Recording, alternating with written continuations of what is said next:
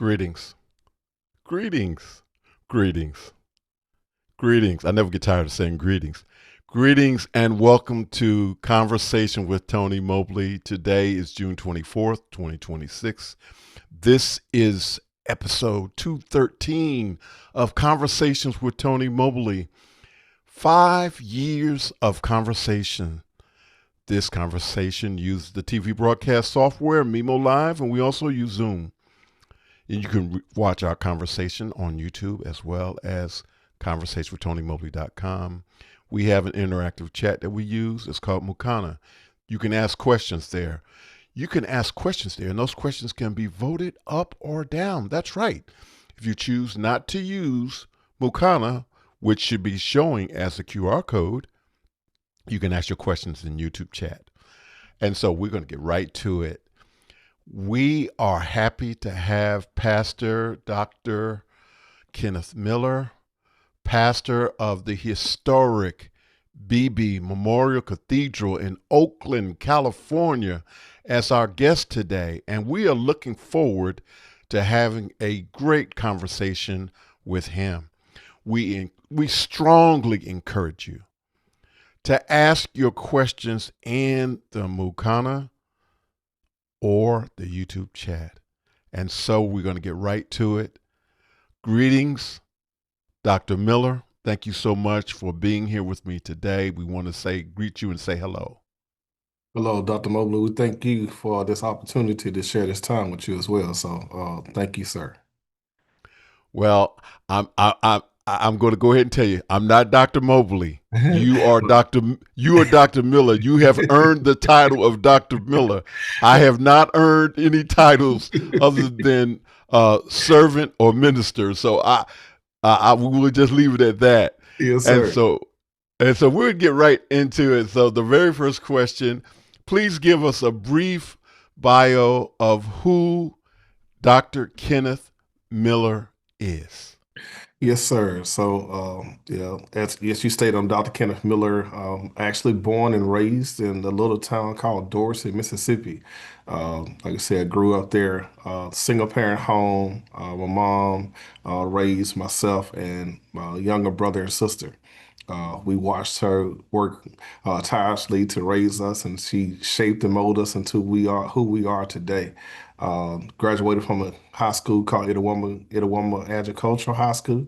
Then I went on to Itawamba Community College, where I played 2 years of community football, so community college football during that time. And like I said, after that, I went right into work. For years, I was a welder. Some people don't know that, but that's what I did for years to provide for my family. I also took it up in college as well.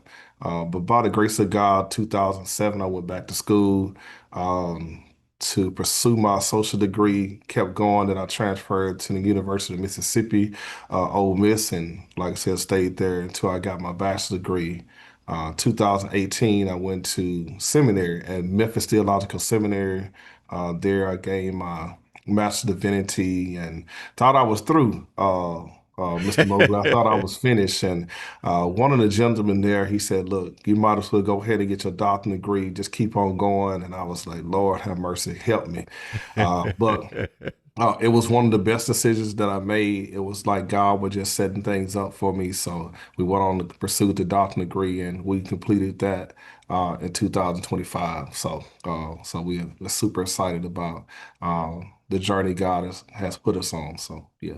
And we are happy for you and congratulations. 2025 is not that long ago, so we want to say congratulations and thank you so much.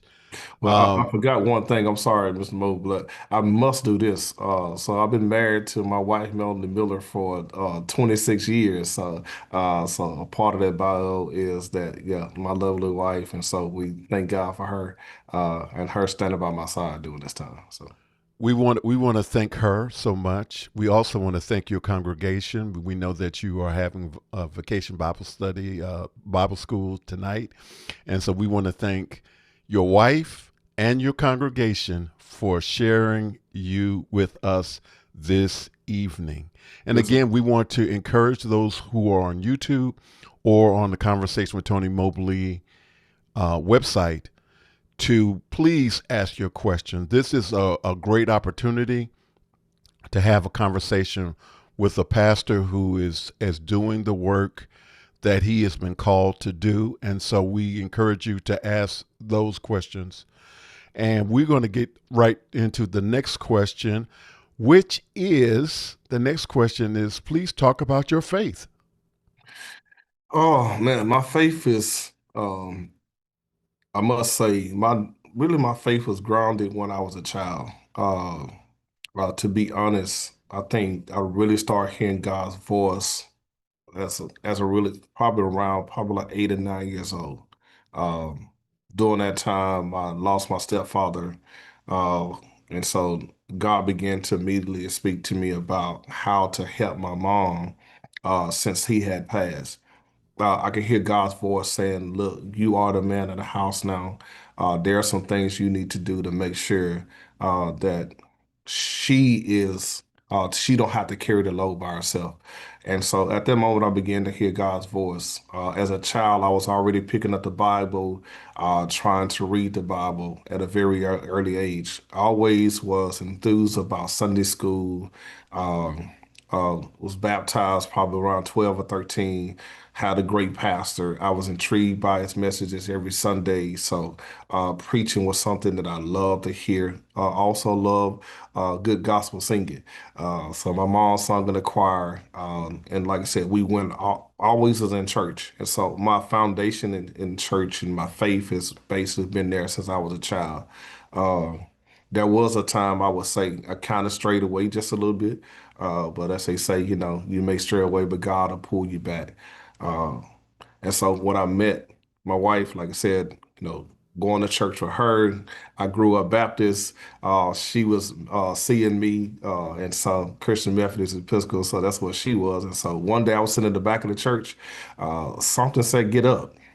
I heard the Holy Spirit's voice saying, "Get up and join the church." I joined the church that day.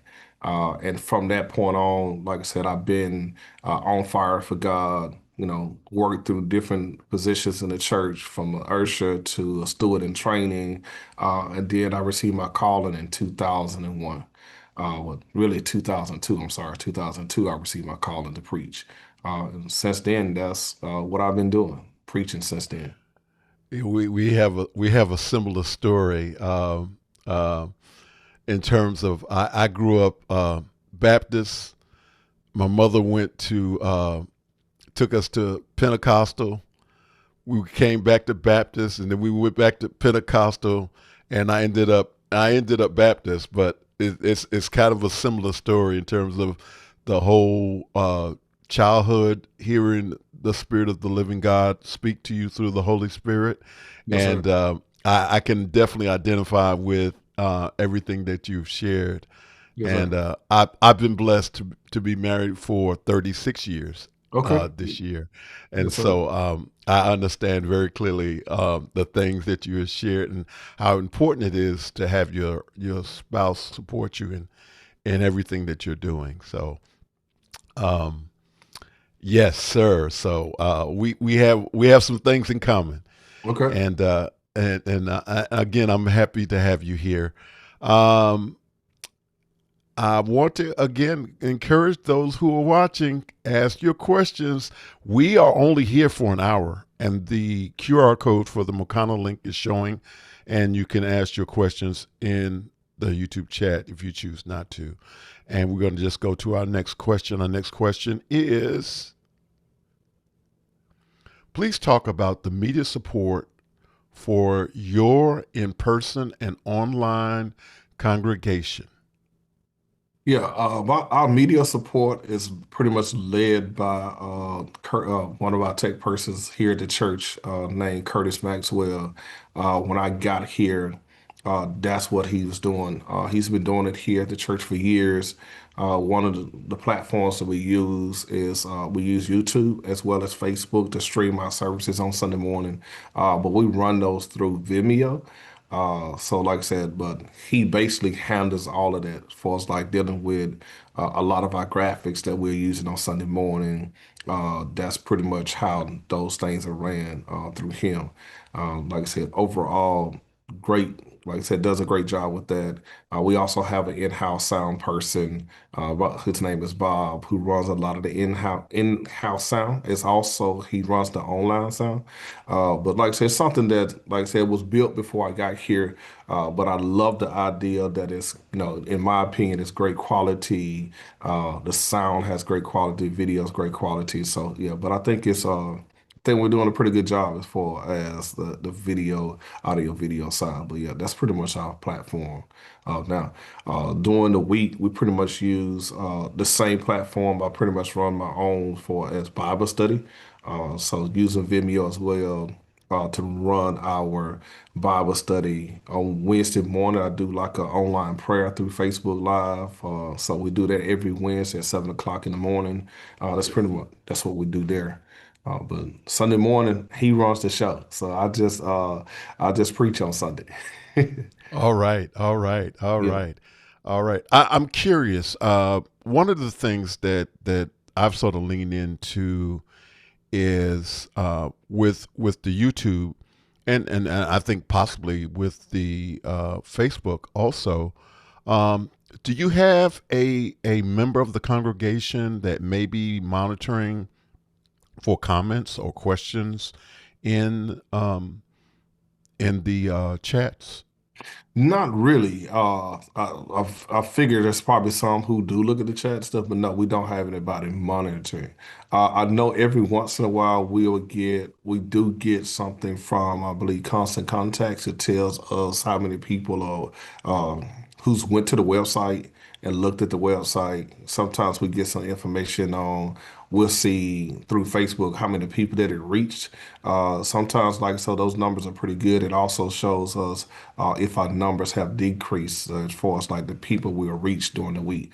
So sometimes it can get up to like 1,500 people that we'll reach during that week just by one post.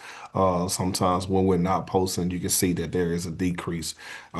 Which helps me understand there are some areas that we need to kind of improve on. I think that's one of the things that we need to take a hard look at is basically monitoring those comments as well as how we can continue to post weekly and probably like every other day at least, showing something that we're engaging with the online persons as well. So Okay, okay, that's great. That's great. yeah. Those numbers are fantastic. And congratulations on those Uh, numbers. I mean, yeah, I I think appreciate it. that's Thank yeah, I you. think that's fantastic. Let's see. Do we have another question? Okay, the next question is, what do you say to people who say there is too much technology in the church?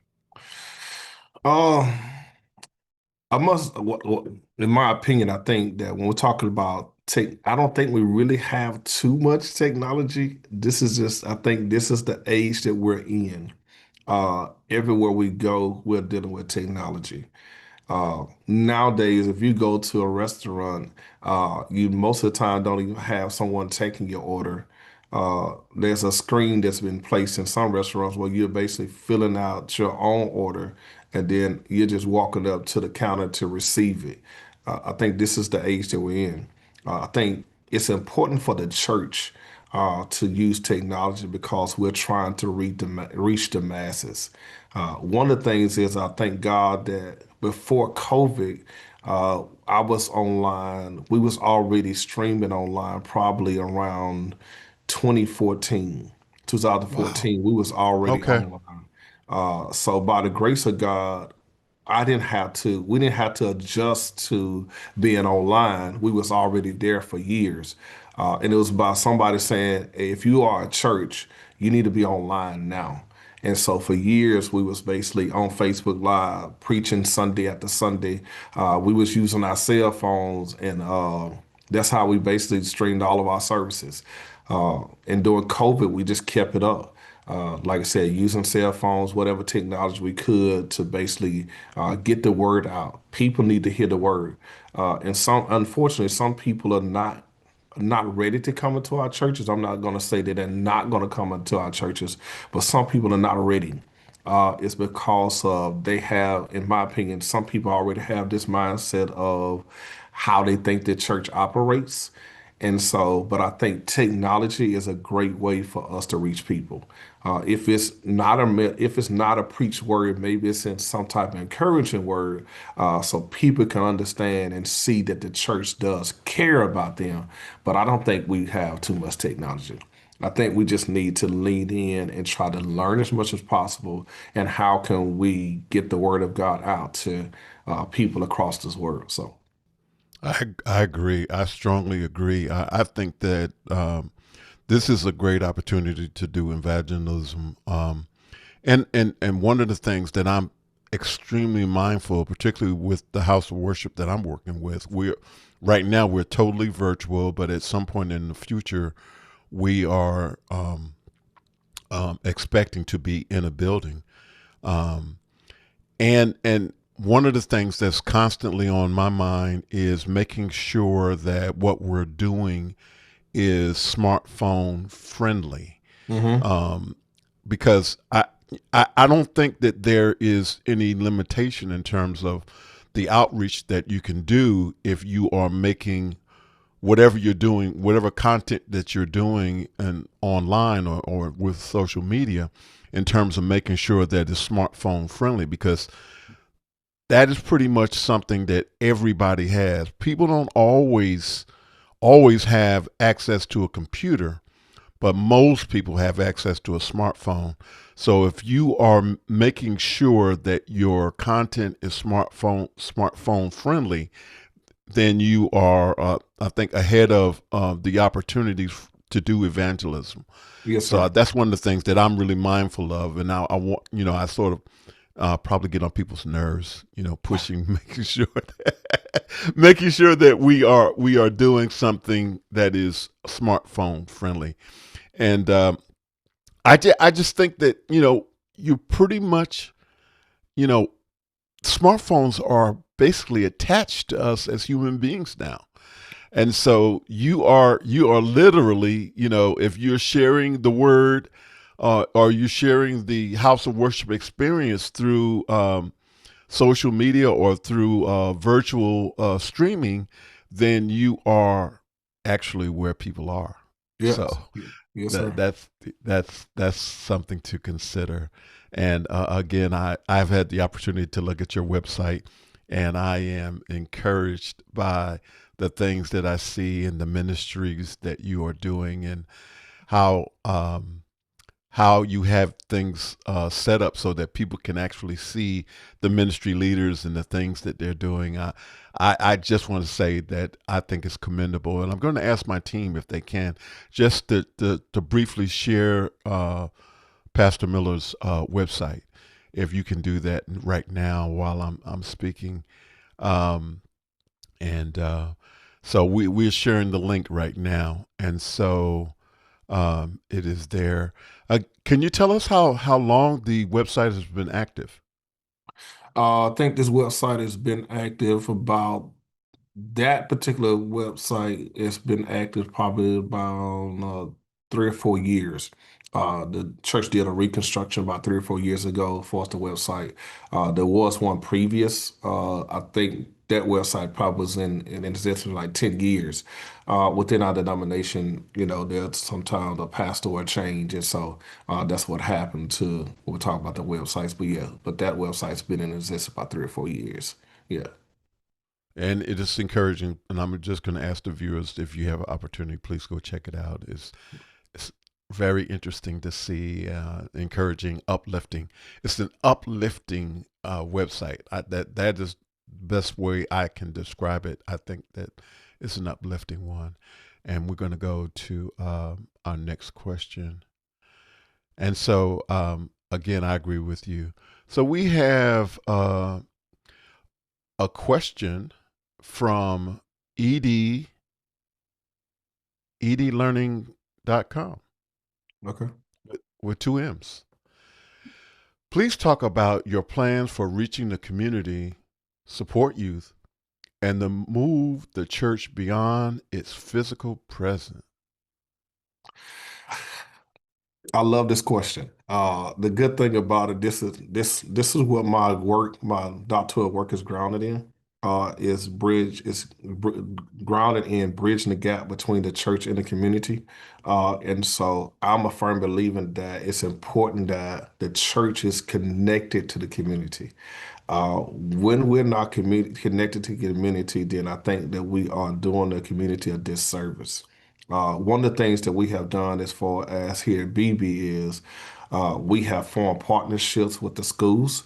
One of the local schools is Oakland Tech High School, where we have formed a partnership. It's almost like the school that we have adopted.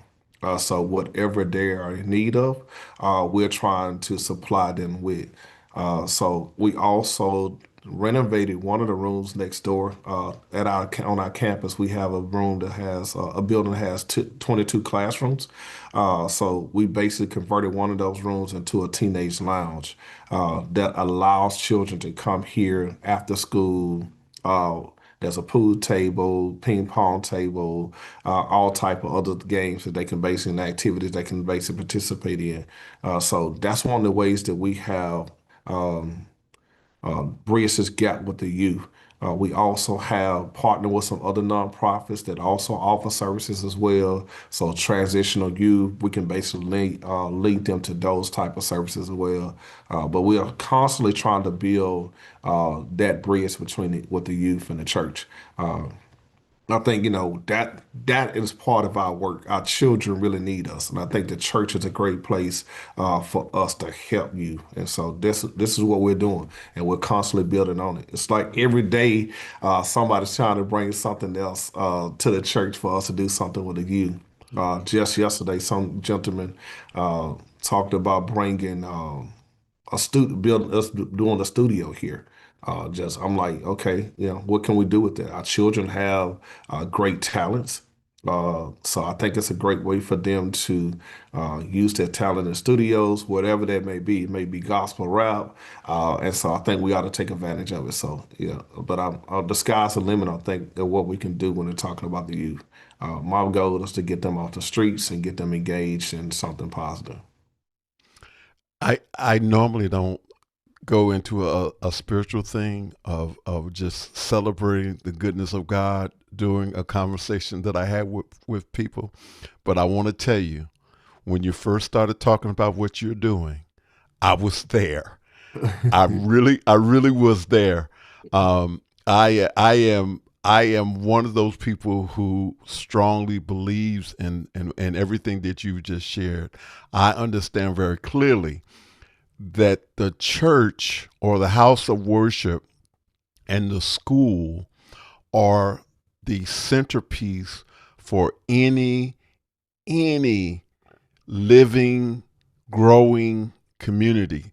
And so I commend you so much on the things that you have already done and the things that you will do. I I'm ready. I'm ready to shout. I'm just ready to shout. Yes, sir. Yes, sir. I, Yes, sir.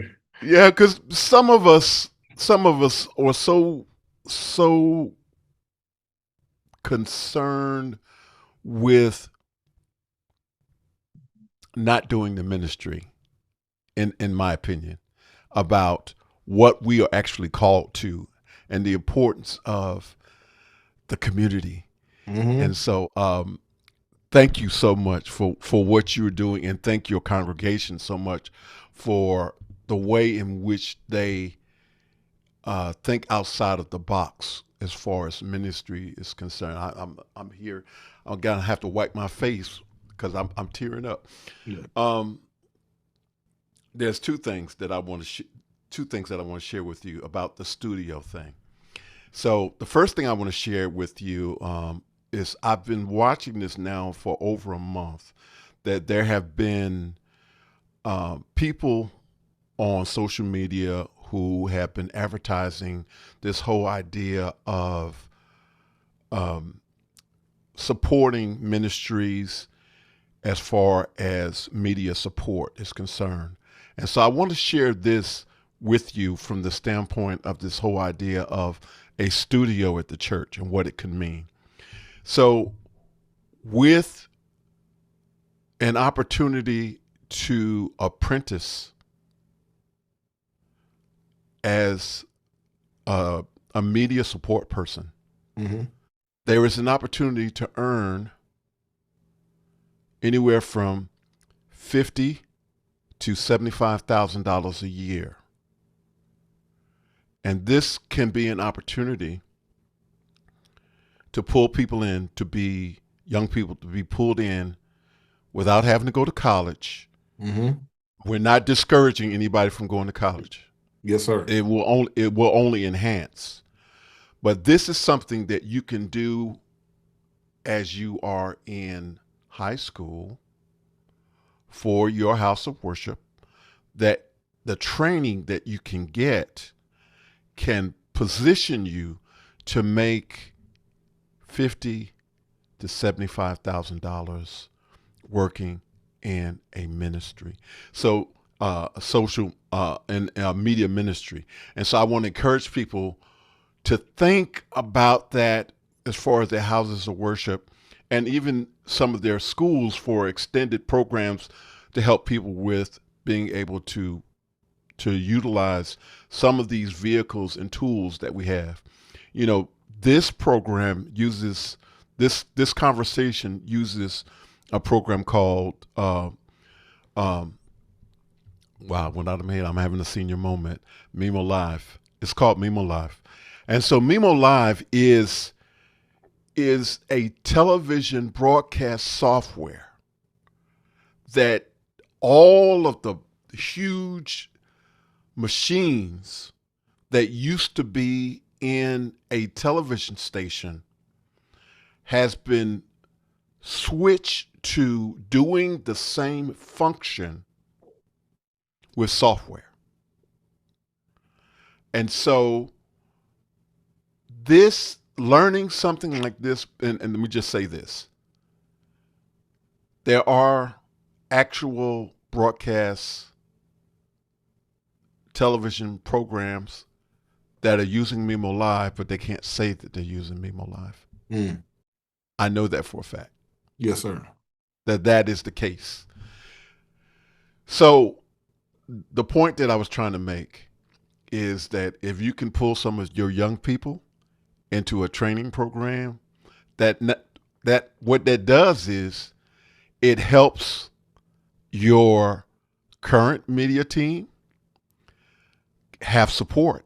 Yes, sir. And then if they need to be out for whatever reason or transition to another position, you have young people who can pull in some of those roles and then grow to another opportunity. And then the last thing, we'll move on to the next question. I'm just curious, do you know who edlearn.com is? I don't. And I'm wondering if it might be a mutual acquaintance of us both. Probably Um, so. Yes, sir. I'm thinking that it might be, and if it is her, I hope she'll let us know that it is her. And if it is her, I appreciate her asking that question. Yes, sir. We're going to go to the next question. We have Laura Thompson making a comment. Technology in the church is not new. Churches have been on radio and on TV for decades. Is this just the next generation of that? What do you I, say, Dr. Miller? I totally agree. Yeah, and that's exactly what it is. And one of the things is too, we have always adjusted to each. I heard a preacher say that I was at a conference talking about when we was on the radio, uh, we adjusted. And at one point, those things were frowned upon by the church. That Mm-hmm. it was on the radio. Then once we was on TV, then it was frowned upon. The church shouldn't be on TV. And now we're basically moving to this technology age where we're everywhere and we have the opportunity to be everywhere. And also, even heard another preacher say that, there's a preacher for everybody. And so there are some people that I can't reach, but there's some people somebody else can reach. And I think Absolutely. oftentimes we're basically trying to keep ourselves in this box. Well, we want to keep our messages in house. I think it's important that we get it out because somebody needs to hear a word. And so I think we ought to take advantage of that. So, but I totally agree with the comment. This is just it's another level for us. Yes, I agree wholeheartedly. And I'll just quickly tell you a funny story. So I shared with you that my mother took us through a lot of different experiences as far as houses of worship, and we had a lot of flavor in terms of the experiences that I have, and I hope you know what I mean when I say we went to a lot of different congregations and Yes, sir. experiences, and one of the things that happened after my mother was up in age, she was not able to attend church regularly, but my father would. He would go, and he would make sure that she knew. He would share as best he could with her. Well, there was no online church for her. It was just her at home listening to the word as best she could, and the radio, right?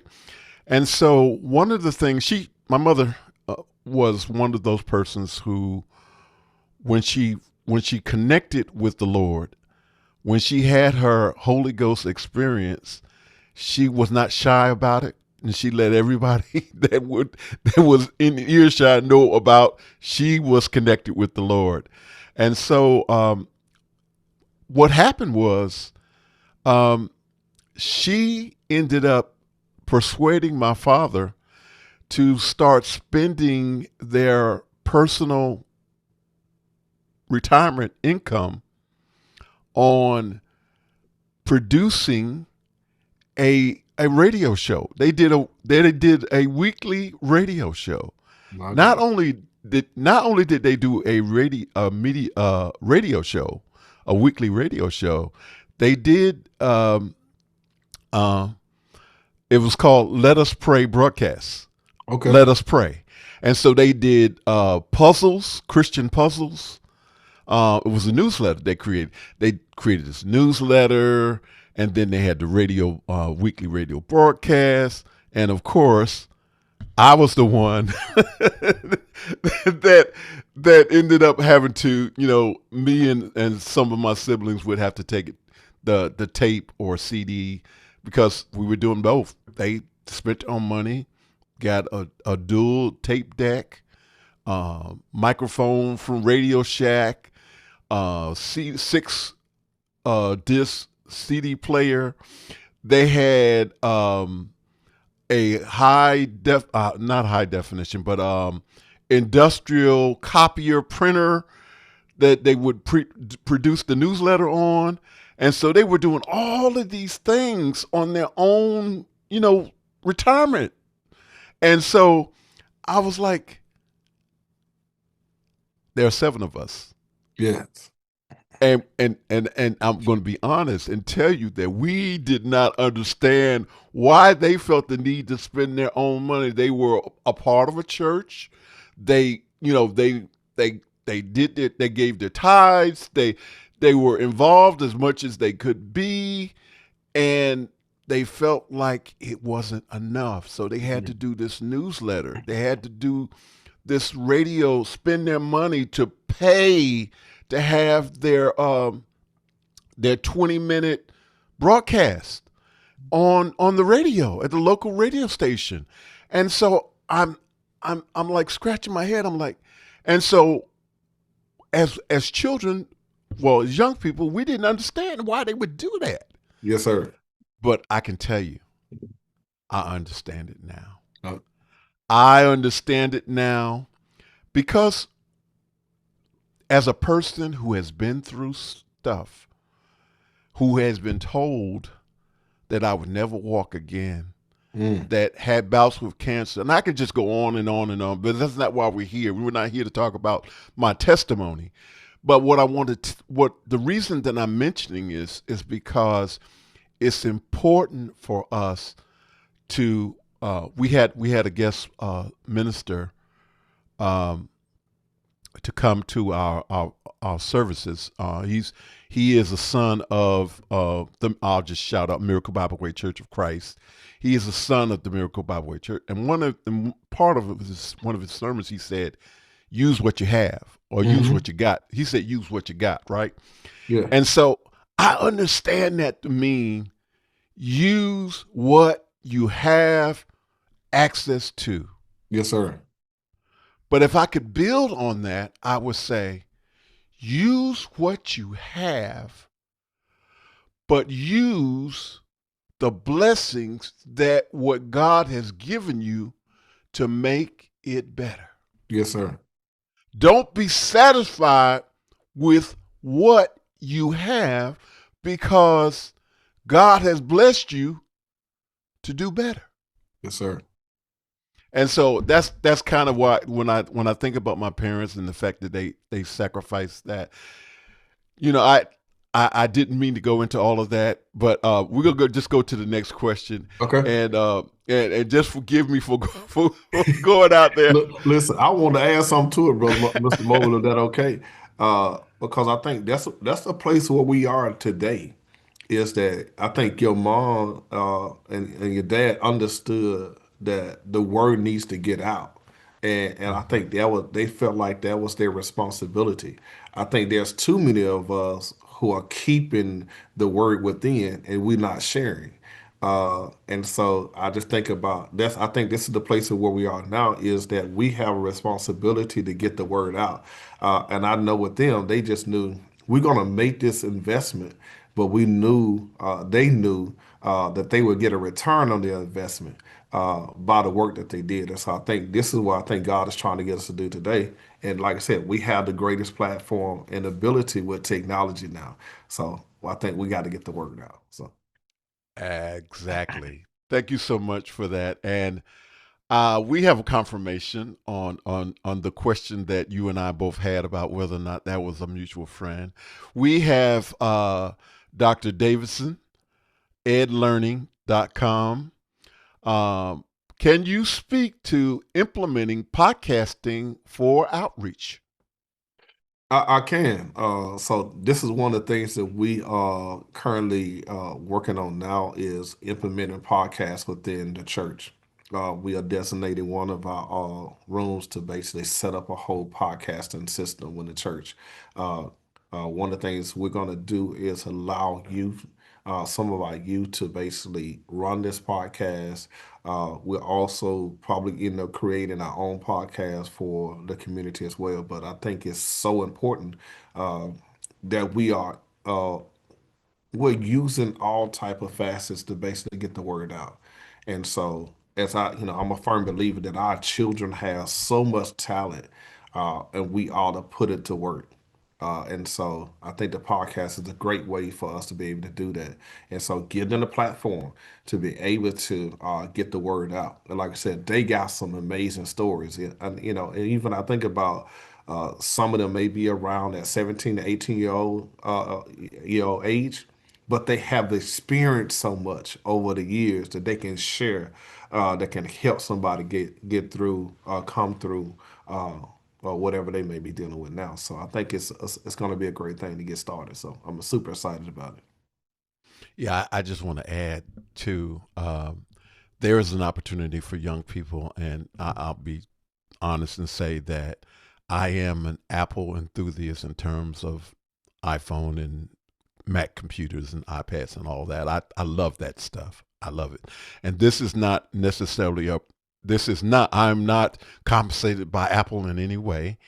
But what I do want to share is that I think that there is a great opportunity that hasn't existed in the past. And so I want to share that.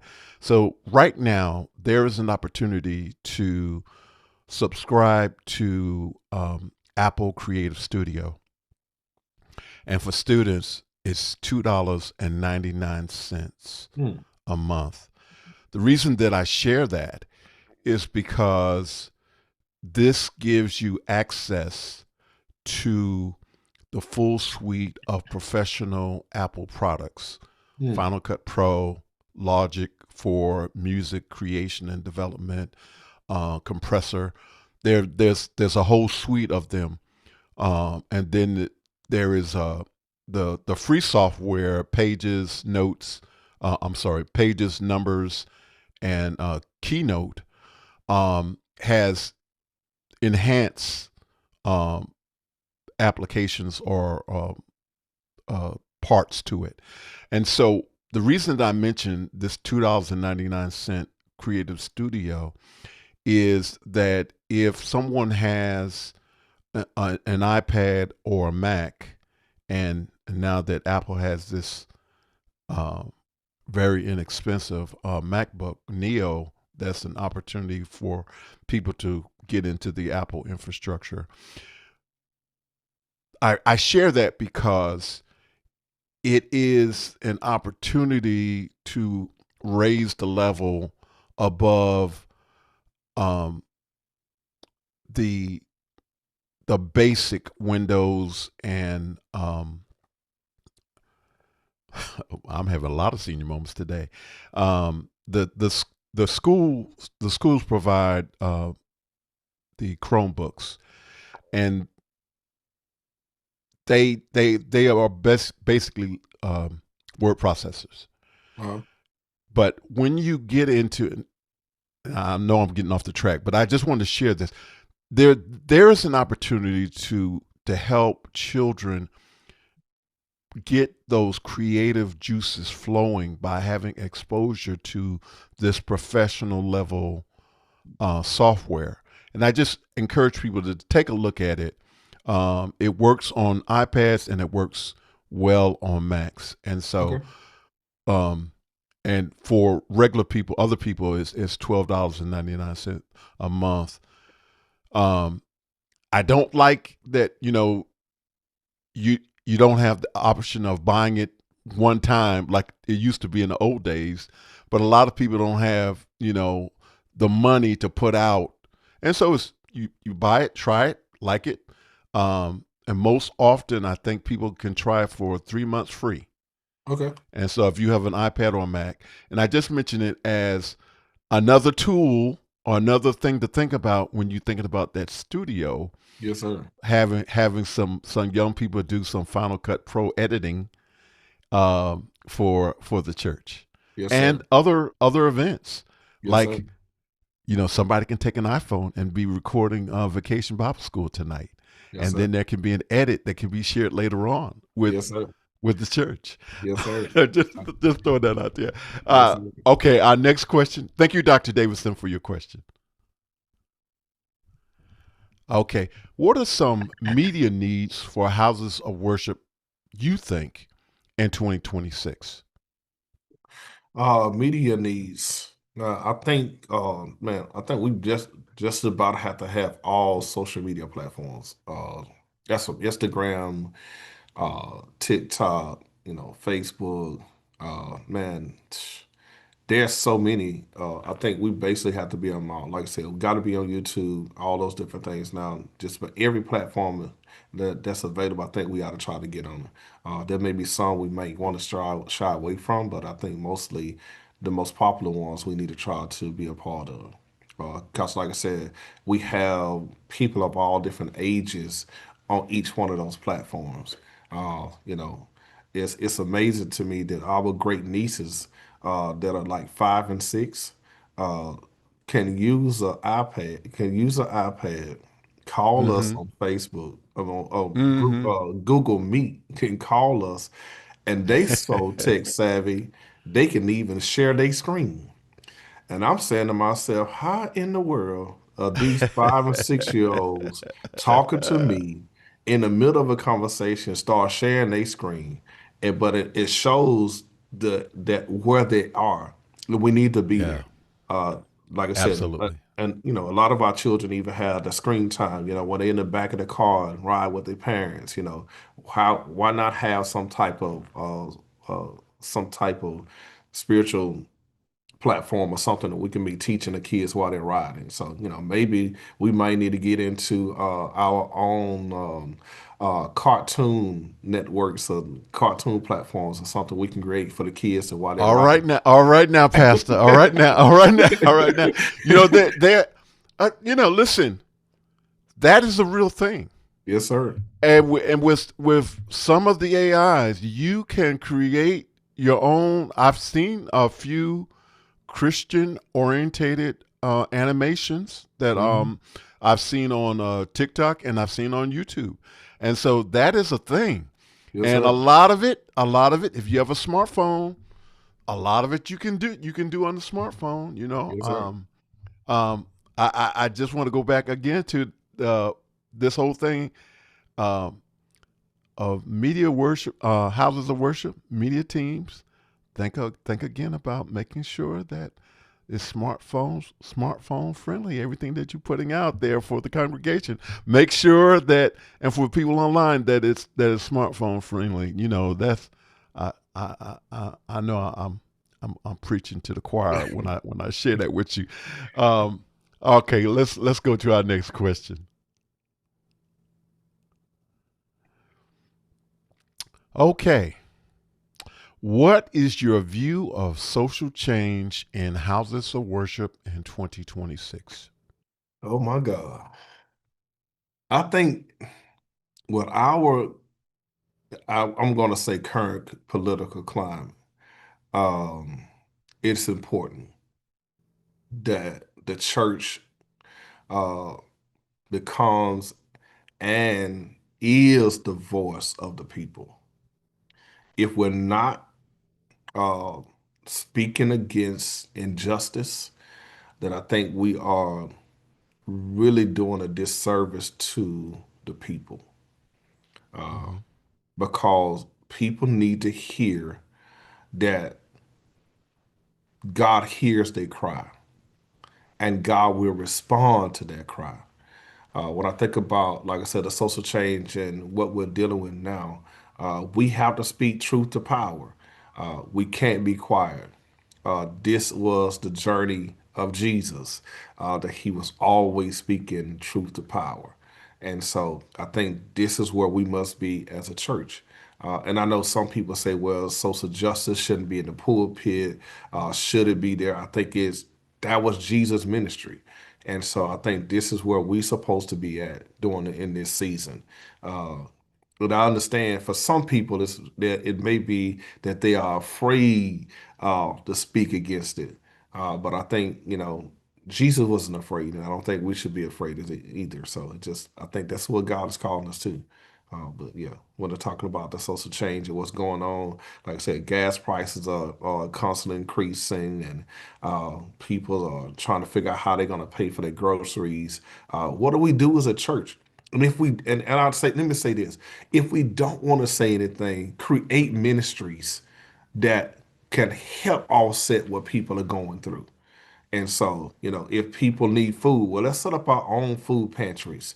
Uh, let's get gas cards for people to be able to buy a gallon of gas. And so sometimes it may not be our voice, but we could be responding in some other type of way to help people navigate through these difficult times. But when I think about the education of our children out there, there's some things we just can't be quiet on. And so I that's just agree. just my opinion. So. Yeah, I agree. I agree. I was looking at a post today, and it's not the first time that I've seen it over the last 2 weeks. There's been a shift in terms of the Department of Education, and there is the part of people who fall under special education. That department has been moved to another section of the government, whereas when I was a very young person, um, there was facilities that housed anybody who had a disability. Exceptional people were housed in these large facilities Yes, sir. throughout the country and in different states. I grew up in New Jersey, and they had probably one of the biggest facility um, that you can imagine for, I say, exceptional people. Um, and it was extremely discouraging as a former special education teacher to see.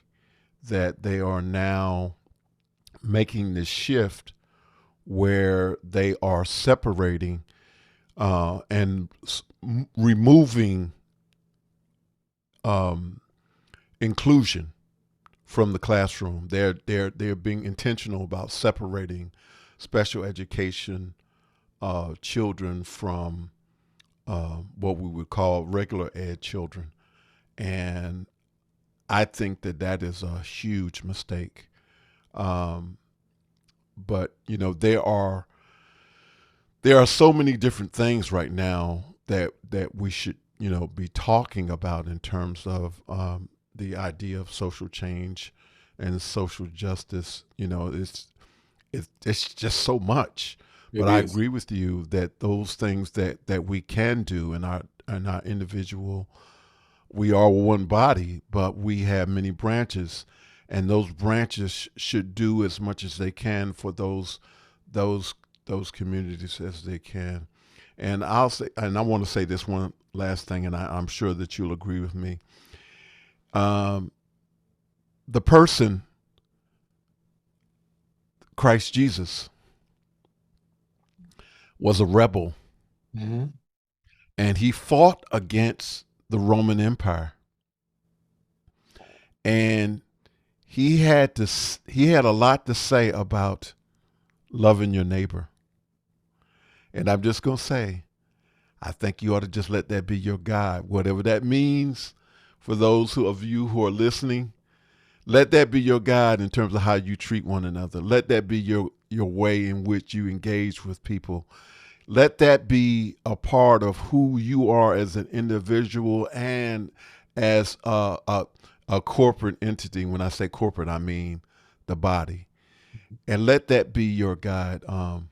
Yeah, we're going places that I had not planned for us to go in this conversation. But I thank you for the things that you have shared and the things that you have, you know, mentioned in terms of your community work. I can just stay there a long time about this whole idea of providing gas cards and food pantries and those things um, that the community needs. So thank you so much for what you have done. Um, let's go to the next question. Okay. Unless you want to share something else about social. Well, I think when we're talking about even doing those things, it goes back to what I said earlier. It's the bridging the gap between the church and the community. Well, I pastored a church in Los Angeles for 3 years, and so what we did, we partnered with the food bank. We rented a U-Haul truck, and like I said, we filled the truck up with food every other week, and so twice a month. That's what we was doing. But what it did, we built those relationships with the community. Like when the church needed something, we really didn't have to ask. The community came to the church's aid. Yeah, there might have been a guy on the corner who was selling drugs on the corner, but when the church needed something, he was there. And so I think that's one of the things that we're missing. We're missing the opportunity. We're talking about the church when we're not getting involved in the community. And so whatever way we can provide services for the people, let's do it. And I think, and that to me, that goes back to studying your community. We all don't have to do the same thing. That's the beauty of it. I tell my church as we're now in this season of growing again, is that there's a blank canvas. Paint your own Wow. picture. And so I think we have opportunity to paint some things for our community and for our church, man, that's going to basically blow our minds. And so that's just my opinion. So. Oh, thank you so much for that. You might hear that preached. You might you might hear that preached again. Yes, sir. Yes, sir. All right, all right. Uh, when you think of the Great Commission, how does it require technology? Uh, this day and time, I'm gonna say yes. I'm gonna say yes.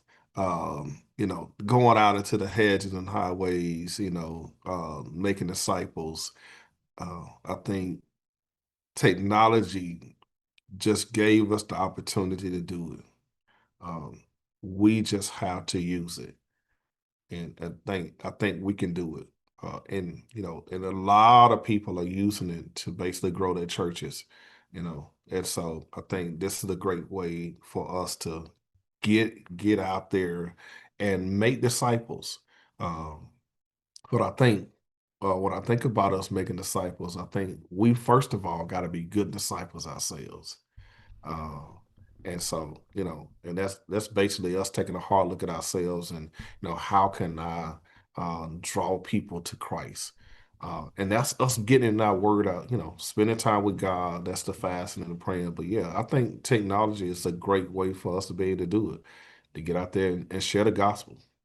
It's the good news. That's the thing. That's right. It's good news, and so That's that's the, right. the beauty of it. And so let's share some Yes. good news. All the other news that we Yes. hear All right. week after week, let's share some good news. So yes, All sir. right. All right. Thank you, sir. Thank you so much. What is your opinion of? Okay, there's a switch on me. We're gonna. All right. So we're getting near the end. So they're taking my questions away. Okay, okay, okay, okay. So the next question is: do you have any recommendations that are applicable for any size house of worship? Any recommendations? I and I think you said it earlier that well, you said a preacher came to your church and talking about use what you got. And so Hmm. I think that's what we at. Like I said, for years, we used a cell phone to stream our services and great quality. So like I said, if you get somebody that's dedicated to set up a cell phone every Sunday morning, like I said, and set it, a laptop, Zoom, whatever it takes in order for us to get the word out. Yeah, I think we can do it. And I just want to share this. Last Tuesday, um, not yesterday, a week ago Tuesday. I'm a part of this community. Real quick. I'm a part of this community called Office Hours. Part of the reason that Conversation with Tony Mosley exists, and the opportunity that I had to meet Dr. Davidson too, and so um, there was a show last Tuesday, and it was about the use of smartphones or the iPhone in particular as a camera, and so what I've come to understand now, based on that show last Tuesday, is that the current relatively latest iPhones are fantastic cameras. And if you wanted to just go a notch above, you could put a lens, an additional lens on the iPhone Yes, sir. to make it even more powerful camera, but you don't have to. But I just mentioned that because when you talked about, you know, using a smartphone and, using what you have, there are ways that you can even tweak the Mm-hmm. things that you are. And I just I encourage houses of worship, don't be afraid to tweak what you have, even though that may be all you have. Right. That Right. I just wanted to I just share that. And I see that we are getting near the end. So what is the next question? Okay. We're down to the last question. Okay. So the last question is: you're speaking to the world. What do you want the world to know? I'm gonna go back to what you said earlier. That's loving our neighbor. If I'm speaking to the world, I'm speaking to the world to love each other. Mm, Uh, if I'm speaking to the world, I'm asking the world to not be um, selfish in this moment, to think of the next person, mm, think of their needs, think about what they're going through, think of the people who are losing their lives day by day because of wars, unjust wars, uh, and greed. I think we ought to get to the point of loving one another. If I'm speaking to the world, I'm asking, what is God even saying in this moment when he sees all the destruction that's happening around us? When he sees the people sleeping on the streets, what is God really saying? And I think it goes back to that's loving one another. All Mm. of us could be in the same situation, but it's only by God's grace that we're not. So if I'm telling the world to do something, I'm asking the world to love one another and put ourselves in each other's shoes. Wow. Thank you, sir. Appreciate you. Thank you as well. I, I, you know, I almost wanted to go there and tell you about, we've been dealing with the last few months about the churches of Revelation. And I'm just going to stop there and just talk. Just, woo. I'm having moments. Thank you, Dr. Miller. Thank you Thank as well. you, Pastor Miller. Thank you so much for being a part of our conversation today, for doing the work you do, and for being the person who you are. You can watch Conversation with Tony Mobley at conversationwithtonymobley.com. Conversation with Tony Mobley is produced by Clylock Lopez Wardham, and our current team is Laura Thompson, Zachary Sorensen, Mickey McAture. We want to say thank you, sir. Thank you, team. Thank you, Mimo Live. Thank you, Zoom. We have conversations with real people. We ask that you stay tuned for an announcement for our guests for next week. I think that it might be worth tuning in. I think we're going to have an author sharing something that is going to be very interesting to anybody who wants to. I'm going to stop there. I'm leaving you hanging.